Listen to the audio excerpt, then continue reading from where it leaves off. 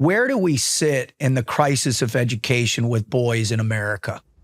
We're in a very serious place. The crisis of education happens especially among boys who do have minimal or no father presence, but boys that I call dad deprived.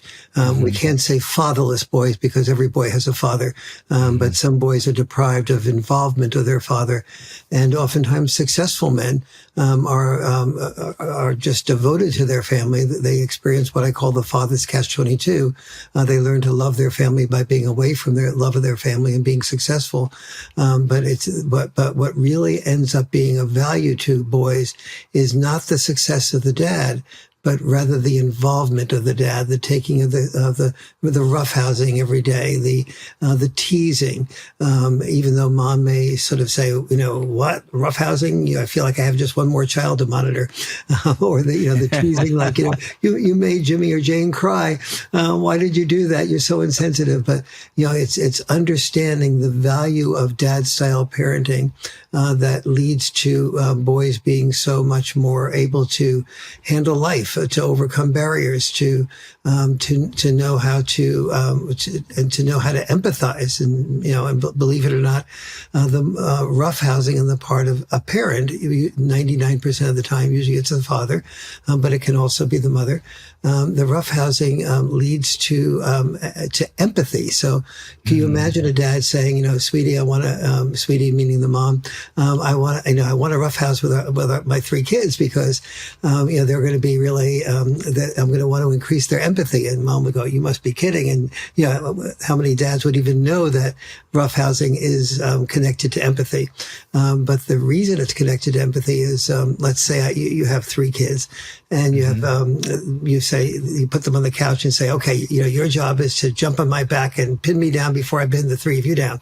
And they get all excited, and mom is looking on and going, "Oh my God, what's going to happen here? Somebody's going to get hurt sooner or later." But on the other hand, I don't want to interfere. I don't want to be controlling. And the kids seem to be having fun. I just hope dad will know not to be too rough with them. And but I just fear that somebody's going to get hurt. And chances are about 99% mom's right. Somebody gets hurt eventually, not the first time, the second. And and mom goes, "Oh my God, I should have interfered. I should have said something. Now I feel guilty that I didn't say something." But I guess dad will know now. He can see that somebody did get hurt, so he'll stop.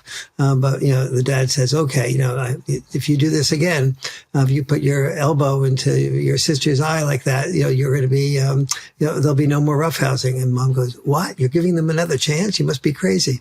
And then sure enough, mom's right again. The kids, forget the boundaries, and somebody hurts the other one. And now dad says everything that's crucial.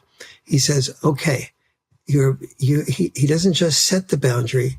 He enforces the boundary." Yeah. He said, "I gave you that boundary. Now you violated it. Roughhousing over." It's like telling a puppy dog, "Okay, you did exactly the opposite of what I told you to do. You pooped in the house, and so now there's no treat." And so now is where the change begins to happen. The next time the roughhousing happens, and dad says, consider your sister and brother's feelings. Don't be too rough. The kids know that they're going to lose the roughhousing because they have lost that roughhousing last time. Dad didn't set a boundary. He enforced a boundary. And one of the biggest differences between dads and moms, on average, and sometimes this is reversed, is that moms set more boundaries. So they'll set bedtimes, let's say at 8:30. But children supervised by dads will set boundaries a little bit later, like 9 o'clock. But the children supervised by dads are more likely to get to bed earlier, not because the boundaries were set earlier, but rather because the boundaries were enforced. The child is more likely to come up to mom and say, "Oh, mom, I didn't get my homework done. You don't want me to go into school tomorrow without doing my homework, do you?" And mom goes, "Oh, I did tell you to get off the phone with Jane or Jim, whatever, and you spent an hour and a half on the phone. You could have been doing your homework during that, but you're right. I don't want you to go into school tomorrow without having your homework done. Okay, do your homework. And so the kid learns, aha, I can do both. I can get away with it. Whereas dad is more likely to say the same thing the first time, but the second time, dad will almost always reinforce the boundary and say, sorry, you're going to have to go in tomorrow to school without doing your homework. That's the consequence that you're paying.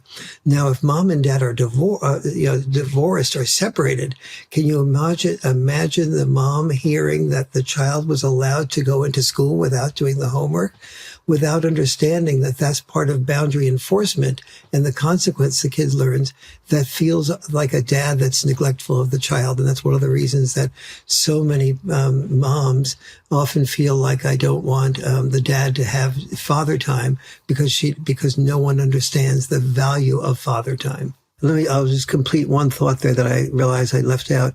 The empathy, I was saying at the beginning of that roughhousing that dad was saying that I want to teach the children empathy, therefore I want to do roughhousing. And that seems like so counterintuitive. But what's happening there and the boundaries being enforced is that the children are required, in order to continue the roughhousing, they're required to think of their sisters and brothers' feelings about being hurt. That begins to create empathy. It also creates postponed gratification. Immediate gratification would be pushing my brother and sister aside to be able to win at the roughhousing.